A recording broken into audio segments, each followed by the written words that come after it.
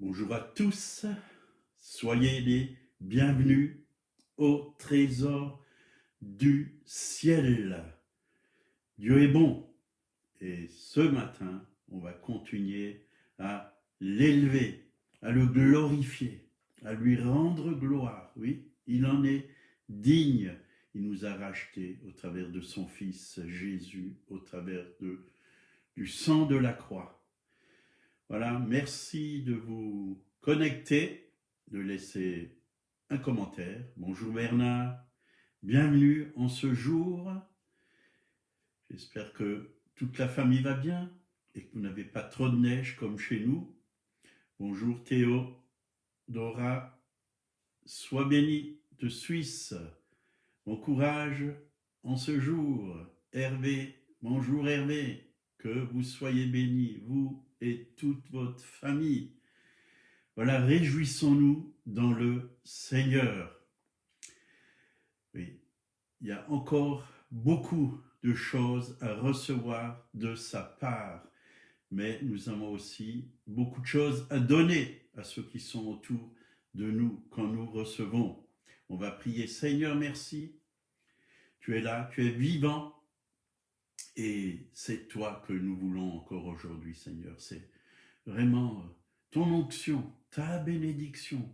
Pas seulement pour nous, oui, tu nous aimes, tu veux nous bénir encore davantage. Nous sommes bénis déjà en Christ de toutes sortes de bénédictions spirituelles dans les lieux célestes. Mais tu veux que nous découvrons profondément ces bénédictions, oui, parce que tu veux vraiment nous utiliser, chacun, chacune, là où tu nous places en ce jour. Merci Seigneur, ouvre nos yeux spirituels, ouvre nos cœurs et nous voulons recevoir, oui, ta parole ce matin. Merci Jésus, parce que tu nous la communiques. Amen. Voilà, ce matin, on va parler de la double onction. La Bible en parle et elle parle même de plus. De plus, on va voir ça dans la parole de Dieu. 2 Rois, chapitre 2, versets 8 à 14. Élie prit son manteau, le roula et en frappa les os, tous deux à sec. Lorsqu'ils eurent passé, Élie dit à Élisée, « Demande ce que tu veux que je fasse pour toi avant que je ne sois enlevé avec toi. » Élisée répondit, « Qu'il y ait sur moi, je te prie, une double onction de ton esprit. » Élie dit, tu me demandes une chose difficile, mais si tu me vois pendant que je serai enlevé d'avec toi, cela t'arrivera ainsi. Sinon, cela n'arrivera pas. Comme il continuait à marcher en parlant, voici un char de feu et des chevaux de feu les séparèrent l'un de l'autre et Élie monta au ciel dans un tourbillon. Élisée regardait et criait, mon père, char d'Israël et sa cavalerie. » Et ne le vit plus. Saisissant alors ses vêtements, il les déchira en 2 morceaux et il releva le manteau qu'Élie avait laissé tomber. Et il en frappa les os et dit, « Où est l'Éternel, le Dieu d'Élie ?» Lui aussi, il frappa les os qui se partageaient çà et là, et Élisée passa. Voilà une belle histoire, une histoire vraie. Oui. Donc il y a Élie et Élisée. Vous voyez, les noms, ils se ressemblent. Élie et Élisée. Et au verset 9, verset 9 de ce chapitre, Élie dit à Élisée, « Que veux-tu que je fasse pour toi avant que je ne sois enlevé d'avec toi ?» Élisée répondit, « Qu'il y ait sur moi une double portion de ton esprit. » Vous voyez, là, il demandait quelque chose qui était difficile. Mais ce qui est difficile pour l'homme n'est pas difficile pour Dieu. Ce qui est impossible à l'homme est possible à Dieu. Vous voyez, il demandait une double onction de l'Esprit qui était sur Élie. Élisée voulait une double onction. Bien sûr, c'était un homme de foi et je pense que Élisée aimait Dieu aussi de tout son cœur et il voulait le servir. Il voulait que Dieu soit élevé, glorifié. C'était un homme de foi. Il croyait que Dieu pouvait le faire, sinon il ne l'aurait pas demandé. Et gloire à Dieu, ce s'est accompli. Ce s'est accompli. Et bien souvent, on demande des choses petites au Seigneur, alors que Dieu veut nous donner beaucoup mieux, plus grande. Et je me rappelle un jour, un serviteur de Dieu est venu et nous a dit, voilà, je voulais construire une petite chapelle, ouais, parce que c'était un centre, et dans ce centre, il faisait des séminaires, et il a emmené les plans qu'il a donnés, bien sûr, il faut toujours donner les plans pour qu'ils soient accordés, et ils lui ont refusé, ils lui ont dit non, non, non. Et il a dit, mais pourquoi vous me refusez? Ils ont dit, ben c'est trop petit. Vous voyez? Et il a dû refaire des plans, agrandir. Dieu voit beaucoup mieux que nous. Dieu voit plus grand que nous. Nous avons besoin de nous confier en lui et de recevoir sa pensée chaque jour. Oui, parce que nous, on voit les choses bien souvent d'en bas, mais lui, il les voit d'en haut. Et d'en haut, on voit bien meilleur. Nous sommes assis avec Christ dans les lieux célestes, et d'en haut, on voit bien meilleur. Donc, l'onction, la double onction est venue sur Élisée. Il a eu ce manteau de puissance, il a été revêtu d'une plus grande puissance. Et nous voyons dans la parole de Dieu qu'il a fait 2 fois plus de miracles que Élie. Élie, si vous comptez les miracles, c'est 8. Élisée, 16. Il en a fait le double. Et nous avons vraiment besoin de l'onction du Saint-Esprit pour faire l'œuvre de Dieu. Sans l'onction du Saint-Esprit, nous ne pouvons pas faire l'œuvre de Dieu. Jésus lui-même, tant qu'il n'a pas reçu l'onction, il n'a pas commencé son ministère. Et c'est à 30 ans qu'il a commencé son ministère. Il a été revêtu et il a été directement conduit dans le désert. Et il a vaincu l'ennemi dans le désert. Il a résisté au diable avec l'onction du Saint-Esprit et la parole de Dieu. Nous avons besoin de l'onction pour faire l'œuvre de Dieu. Par nos propres forces, nous n'allons pas y arriver. Éphésiens 5, 18, ne vous enivrez pas de vin, c'est de la débauche. Soyez au contraire remplis de l'Esprit. Remplis de l'Esprit. Soyez continuellement remplis de l'Esprit. Pas seulement une fois, mais chaque jour, on a besoin d'un renouvellement, de forces nouvelles. Oui, on a besoin de remporter de nouvelles victoires. Oui, de gagner encore du terrain. Oui, pour le royaume de Dieu et de repousser l'ennemi de nos âmes. 2 Rois 2,13, Élisée releva le manteau qu'Élie avait laissé tomber, puis il retourna et s'arrêtait au bord du Jourdain.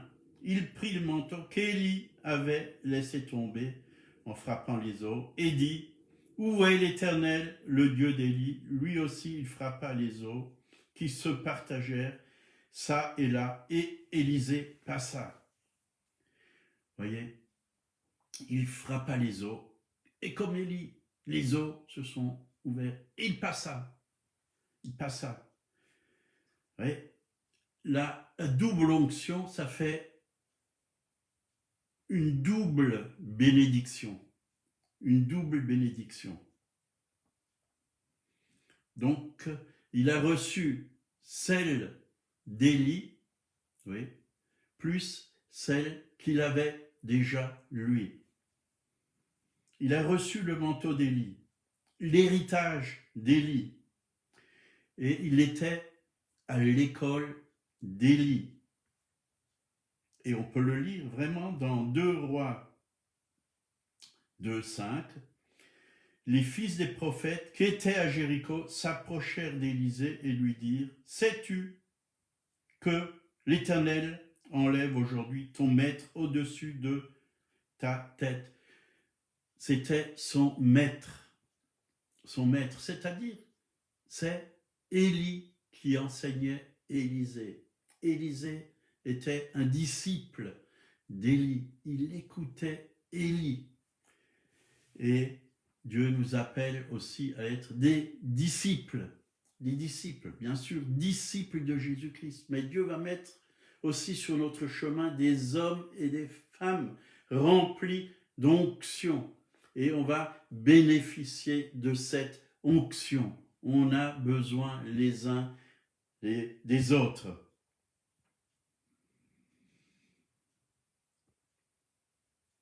Élie enseignait, Élisée, laissons-nous enseigner par des hommes de Dieu qui sont remplis d'onction, pas par n'importe qui, pas par des religieux, pas par des hommes qui ont tout dans la tête et rien dans le cœur, mais des hommes de foi, des hommes qui aiment Dieu, qui aiment sa parole, qui le servent en esprit et en vérité. On va voir l'onction que Jésus avait. Dieu veut nous emmener plus loin. Ça, c'était l'ancienne alliance. L'ancienne alliance. Vous savez, dans l'ancienne alliance, l'Esprit était, oui, sur les rois, les prophètes, oui, les sacrificateurs, sûrs. Mais dans la nouvelle alliance, l'Esprit est en nous, parce que nous sommes nés de nouveau. Nous avons l'Esprit en nous. Nous sommes remplis du Saint-Esprit. Jean 3, versets 33 et 34. Celui qui a reçu son témoignage a certifié que Dieu est vrai. Celui que Dieu a envoyé dit la parole de Dieu, parce que Dieu ne lui donne pas l'Esprit avec mesure. Donc Dieu n'a pas donné l'Esprit avec mesure. Dans l'ancienne alliance, il y avait des mesures. Je ne dis pas que maintenant, il n'y a pas certaines mesures, mais il y a beaucoup plus. Il y a beaucoup plus. Jésus faisait tout ce que le Père lui demandait de faire. Et il avait une onction puissante, une très grande onction. Il n'était pas limité, parce qu'il était continuellement rempli du Saint-Esprit. Donc Dieu nous oint en fonction de la tâche que nous devons accomplir et du ministère auquel nous sommes appelés. Et il existe, oui, différentes onctions. Comme il a dit dans la parole de Dieu, dans 1 Corinthiens 12, 4 à 6, c'est ainsi pour cela qu'il y a divers dons, diverses opérations, mais un seul et même esprit, diversité de ministères, mais le même Seigneur, diversité d'opérations, mais le même Dieu qui opère tout en tous. Donc, il y a plusieurs rôles, chacun a son rôle, chacun a son ministère, le don que Dieu lui donne. Et l'onction du Saint-Esprit, elle est transmissible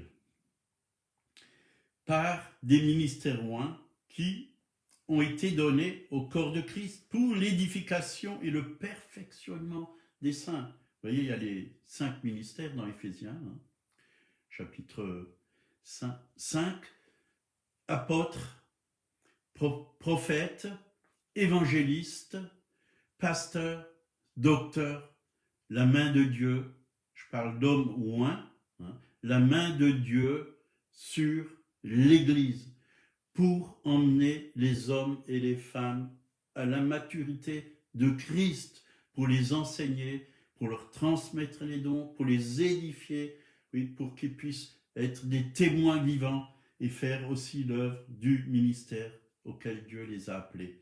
Et on voit Paul et Timothée, hein, dans 2 Timothée 1, verset 6, c'est pourquoi je t'exhorte à ranimer le don de Dieu que tu as reçu par l'imposition des mains. Vous voyez, par l'imposition des mains, on peut recevoir, on peut transmettre quelque chose, oui, de Dieu, qui vient de l'Esprit de Dieu dans la vie des autres. Car ce n'est pas un esprit de timidité que Dieu t'a donné, mais un esprit de force, d'amour et de sagesse. Esprit, oui, de force, d'amour et de sagesse. L'esprit de timidité, Dieu ne nous l'a pas donné. On a tous reçu un esprit de force, d'amour et de sagesse. Vous l'avez reçu. Tout simplement le croire que toute timidité quitte nos vies. Hein. Il faut parler à la timidité et dire « quitte ma vie, tu n'as rien à faire en moi, je ne t'ai pas reçu, j'ai reçu un esprit de force, d'amour et de sagesse. » Donc si tu as reçu un esprit de force, c'est que tu deviens fort en lui. D'amour, c'est que tu aimes de son amour ceux qui sont autour de toi. D'abord, tu te laisses aimer, bien sûr, par cet amour de Dieu, et tu transmets cet amour. Sagesse, nous avons en nous la sagesse. Christ est notre sagesse. Alléluia. Alléluia. Et on peut continuer toujours dans Timothée, hein, chapitre 2, verset 1. Toi donc, mon enfant, vous voyez, Paul était comme un père spirituel pour Timothée. Il était là pour l'aider, pour le nourrir, pour le diriger dans le ministère que Dieu lui a donné. Paul était un père, un bon père pour Timothée. Et nous avons aussi besoin de pères, de mères spirituelles pour nous aider. Toi donc, mon enfant, fortifie-toi dans la grâce qui est en Jésus-Christ. Ce que tu as entendu de moi en présence de beaucoup de témoins, confie-le à des hommes fidèles qui sont capables de l'enseigner aussi à d'autres. Tout ce que Dieu nous donne, nous devons le transmettre à quelqu'un. Et c'est comme ça qu'il y a la croissance de l'Église. Beaucoup reçoivent, mais ils ne donnent pas ce qu'ils ont reçu. Ils ne font rien avec ce qu'ils ont reçu. C'est comme un frigidaire. Si vous mettez quelque chose dans le frigidaire, pour le conserver, vous le laissez dedans, un beau jour, vous savez, ça ne va pas rester toujours bon. Ça va commencer même à se dégrader, malgré que c'est au frais. Mais nous devons donner, hein, parce que quand nous libérons ce que Dieu nous donne, Dieu va nous donner, hein, donner, et il vous sera donné. Dieu va nous donner toujours du frais, du bon. Et nous avons besoin de transmettre chaque jour ce que nous avons reçu. Jean 14, verset 12, en vérité, je vous le dis, celui qui croit en moi fera les œuvres que je fais, et il en fera de plus grandes, parce que je m'en vais au Père. Et tout ce que vous demanderez en mon nom, je le ferai, afin que le Père soit glorifié dans le Fils. Si donc le Seigneur Jésus dit qu'on fera les œuvres qu'il a faites, et qu'on en fera de plus grandes, c'est-à-dire que Dieu nous donne, dans la nouvelle alliance, la même onction qui était sur lui, sans mesure, onction illimitée.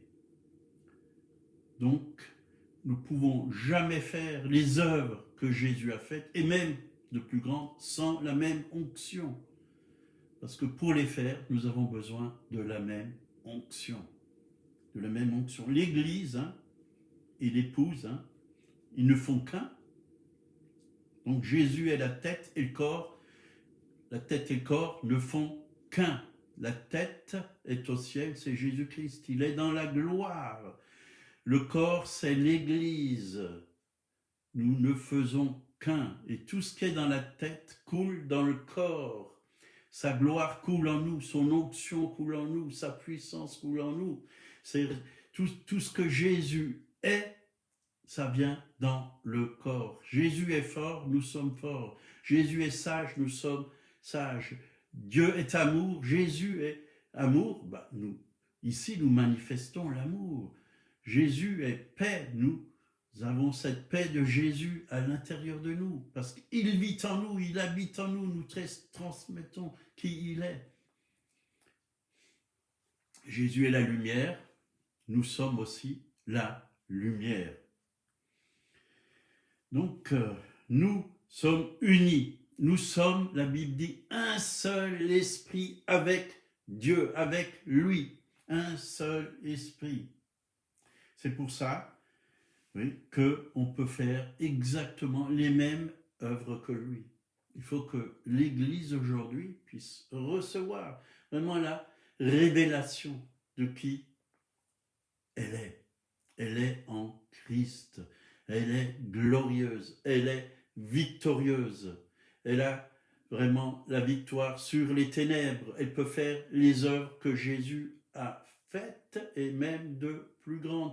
Parce que Jésus, il a dit, parce que je m'en vais au Père. Il est allé au Père pour nous envoyer l'onction du Saint-Esprit pour faire les choses. Nous ne sommes plus orphelins. Dieu est avec nous, Dieu vit en nous, Dieu habite en nous, nous sommes son temple et nous pouvons faire les mêmes œuvres que lui et même de plus grandes.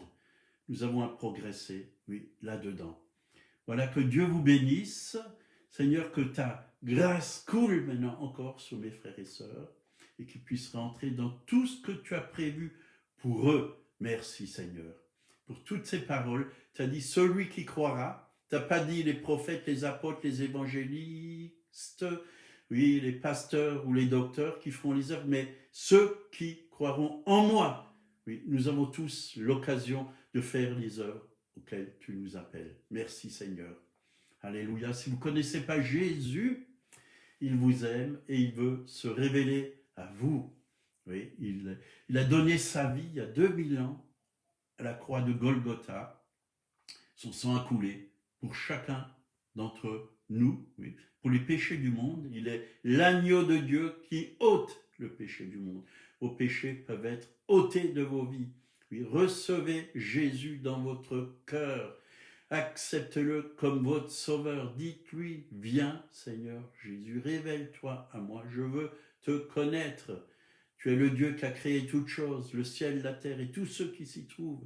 Viens transformer ma vie, viens pardonner mes péchés, viens me purifier.